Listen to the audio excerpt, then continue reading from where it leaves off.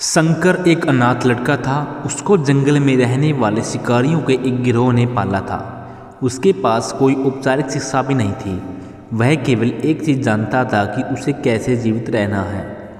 शिकार करना और उनको मारना तथा जंगल के फलों को खाना और नदी के पानी को पीकर अपने आप को जीवित रखना जानता था।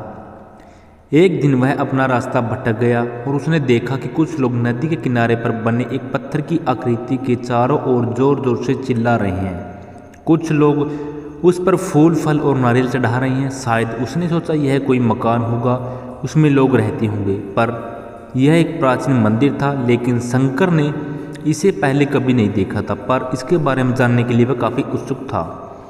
उसने तब तक इंतज़ार किया जब तक कि लगभग सभी लोग उस मंदिर से चले नहीं गए। अंत में उसने एक युवा लड़के को पत्थर की इमारत से बाहर आते देखा और उसने बात करने का फैसला किया। और शंकर ने उससे अपने मन में आए कुछ सवाल पूछे। उसका पहला प्रश्न था, इस इमारत को क्या कहा जाता है? लोग अपने साथ क्या लाते हैं? फिर उन चीज़ों को अंदर वाली इमारत में क्यों छोड़कर वापस चले जाते हैं? चीज़ों को अपने साथ लाना और उन्हें अंदर छोड़कर वापस चले जाना पर वह लड़का शंकर की अज्ञानता व मासूमियत पर बहुत ही हैरान था और उसके सवालों से चकित भी था। पर यह वह नहीं जानता था कि वह पास के जंगल में रहता है और शिकार करके ही अपना जीवन यापन करता है। लेकिन फिर भी अपने उसके सवालों के जवाब देने की पूरी कोशिश की। उसने शंकर को बताया, यह भगवान शिव का मंदिर है। लोग यहाँ उन्हें फल फूल चढ़ाने आते हैं। वे शिव भगवान से चाहते हैं, वह मांगते हैं, शिव उनकी सभी प्रार्थनाएं को सुनते हैं। यह सुनकर शंकर तुरंत मंदिर जाना चाहता था। लड़के ने उसे अंदर का रास्ता दिखाया और शिवलिंग के बारे में बताया। शंकर ने मासूमियत के लड़के से पूछा, यह शिवलिंग क्या चीज़ है और हमें क्या देता है? लड़के ने बताया, हम शिव से जो मांगते हैं वह हमें दे देता है, हम सब ऐसा मानते हैं। लड़के ने कहा, अब अंधेरा हो रहा है, अब मुझे घर जाना है। वह शंकर को अकेला नहीं छोड़कर चला गया। शंकर ने झिझकते हुए मंदिर में फिर से प्रवेश किया। वह एक कोने में बैठ गया और सोचा, एक पत्थर किसी को वह कैसे चीज़ दे सकता है और वह कैसे चाहते हैं। इसलिए उसने इसका परीक्षण करने का फैसला किया और उसने पत्थर की प्रतिमा से कहा, हे शिव, कृपया मुझे पर्याप्त शिकार करने दे ताकि मैं भूखा न रहूं। मेरे पास आपको चढ़ाने के लिए कोई फल या फूल नहीं है, लेकिन यदि आप मुझे शिकार देते हैं तो मैं उसके आपके साथ साझा करूंगा। मैं वादा करता हूं कि आपको धोखा नहीं दूंगा। उसने घोषणा की। अगली सुबह शंकर शिकार करने गया। उसने पूरे दिन शिकार की तलाश की, लेकिन उसे कोई शिकार नहीं मिला। वह भूख से झिलमिला रहा था। वह काफ़ी निराश हो गया क्योंकि उसे शिकार नहीं मिला था। दोपहर हो चुकी थी। अब उसे लगने लगा कि मंदिर के लड़के ने उसे झूठ बोला था। फिर भी वह शिकार जारी रखा।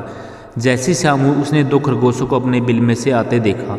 शंकर ने उन खरगोशों को मार डाला। चूंकि उसने शिव भगवान से वादा किया था कि वह अपने शिकार को साझा करेगा, वह मरे हुए खरगोशों में से एक के साथ मंदिर गया।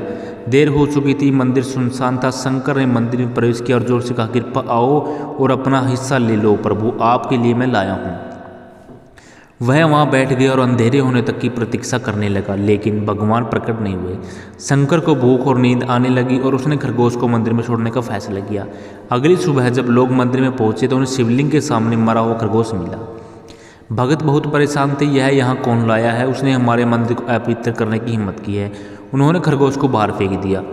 अगले दिन शंकर अपनी भूख मिटाने के लिए जंगल में शिकार करने गया, लेकिन इस बार उसकी किस्मत अच्छी नहीं थी कि उसे शिकार नहीं मिला। उसने सोचा, आज रात को मंदिर जाना चाहिए और शिव से पूछना चाहिए कि उनको खरगोश का भोजन कैसा लगा।